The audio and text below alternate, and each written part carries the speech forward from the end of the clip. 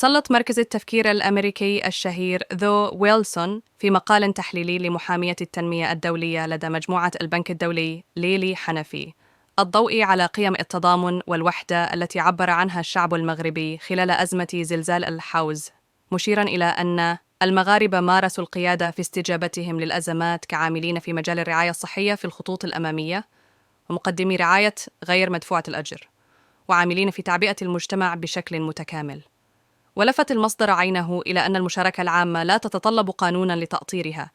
ذلك أن هذه القيم متجذرة لدى الشعب المغربي، منتقداً في الوقت ذاته السرد الغربي التوجيهي والآراء المنتقدة لاستجابة البلاد وإداراتها لهذه الأزمة، خاصة فيما يتعلق بالمساعدات الدولية،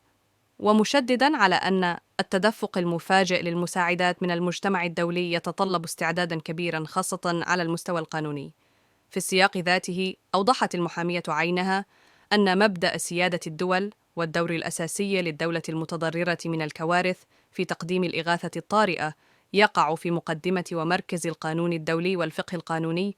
بشأن حماية الأشخاص في حالة وقوع الكوارث، لافتة إلى أنه عندما يتعلق الأمر بإدارة الأزمات فإن الدولة المغربية تسجل تميزاً عن نظيراتها في المنطقة. عندما كشفت أزمة كوفيد-19 عن هشاشة نظام الرعاية الصحية، سارعت الرباط إلى اتخاذ مجموعة من التدابير لاحتواء الوباء. حينها واليوم تعمل البلاد على تعبئة هياكلها الداخلية للقيام بالأمر نفسه. يسجل المصدر ذاته مشيراً إلى أن التقدم على هذا المستوى ليس عملية انفرادية على الإطلاق، ولا يتم إحرازه من قبل أي ديموغرافية أو حزب أو مجموعة واحدة،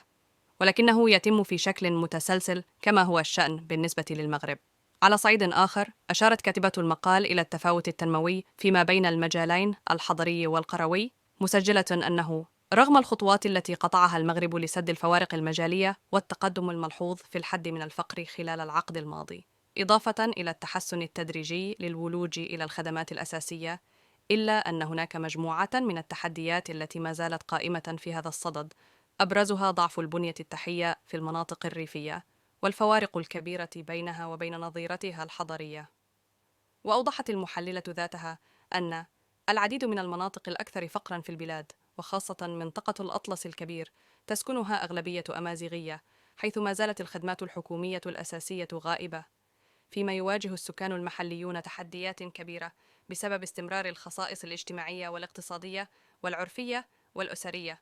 وضعف الخدمات بدءاً من التعليم ووصولاً إلى العدالة. وخلص المصدر عينه إلى أن المغرب على المستوى المؤسسي ينبغي أن يفكر في تطوير قانون للكوارث من أجل الإدارة الفعالة لمخاطرها في مراحلها الأربع المتعلقة بالتخفيف والتأهب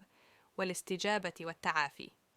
مسجلاً أن استمرار عدم المساواة المجالية يتطلب عملاً جماعياً للتصدي لتحديات الفقر وتعزيز البنيات التحتية الأساسية في هذه المناطق، وتوفير